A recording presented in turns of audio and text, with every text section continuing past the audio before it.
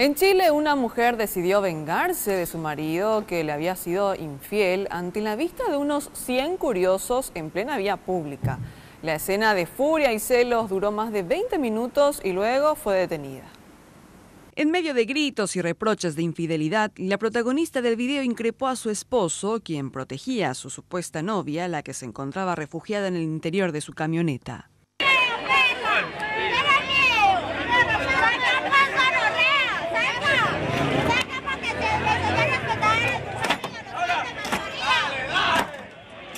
El hecho ocurrió en el poblado de Santa Ana, Chile, y fue presenciado por un centenar de vecinos que alentaban a la mujer a cometer actos de violencia, no solo contra el rodado, sino contra el infiel y su enamorada, que se encontraba en pánico en el interior del vehículo. De las agresiones no solo participó la exaltada dama, sino también su hermana y otro joven que golpeaba la camioneta con todas sus fuerzas.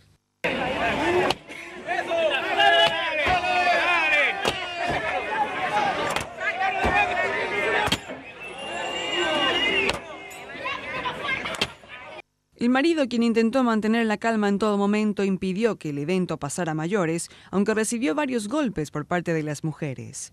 Finalmente, tras 22 minutos de tensión y ataques, los carabineros se hicieron presente en el lugar y se llevaron detenidas a las mujeres.